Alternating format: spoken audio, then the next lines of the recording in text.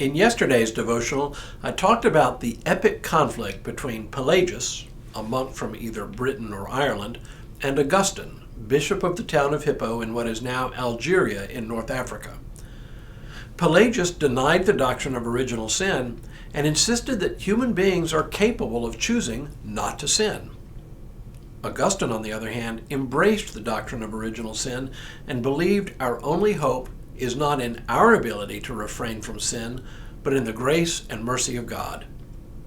Today I want to talk about how this conflict shook out, resulting in the doctrine many love to hate, predestination.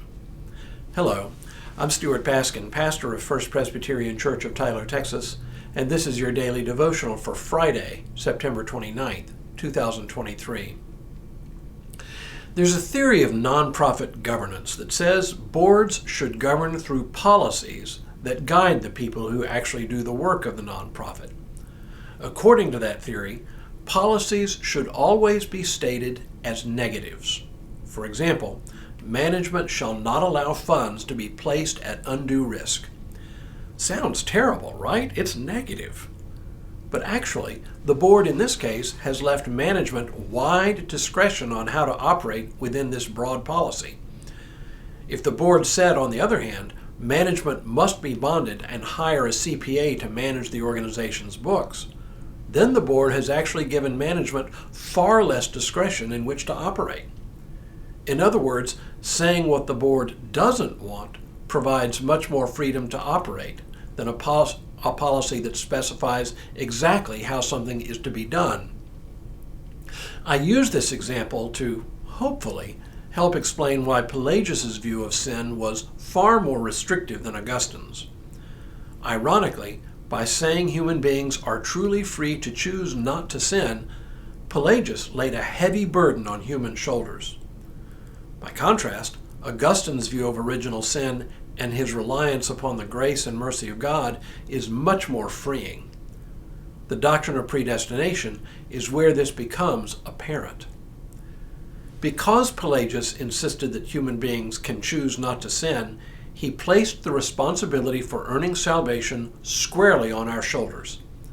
That sounds good until you realize how many ways we have to squander our salvation. If we are worried every moment of every day about whether we have messed up enough to lose our salvation, life becomes one long anxiety-filled journey whose end is absolutely uncertain. By way of answering Pelagius, Augustine developed what we have come to know as the doctrine of predestination. Many are surprised to find that the doctrine of predestination didn't begin with John Calvin in the 16th century, but with St. Augustine in the 5th century. But it's true, and Augustine's view became the orthodox position in the church. It helps, I think, to remember what predestination is and what it is not. Predestination is not the idea that God controls our every action and every decision. That would be predeterminism. We don't believe in the idea that God predetermines our every move. No, predestination is the idea that God has made two choices for us.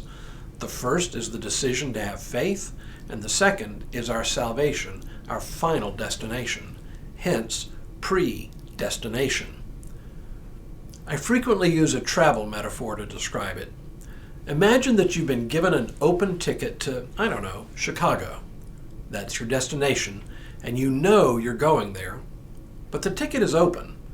No, you can't cash it in and not use it, but you can exchange it for a variety of transportation options. Want to get there quick? Take a plane. Like to enjoy the scenery but don't want to drive? Take a train, maybe a bus. Like the freedom to stop and see things along the way? Drive a car.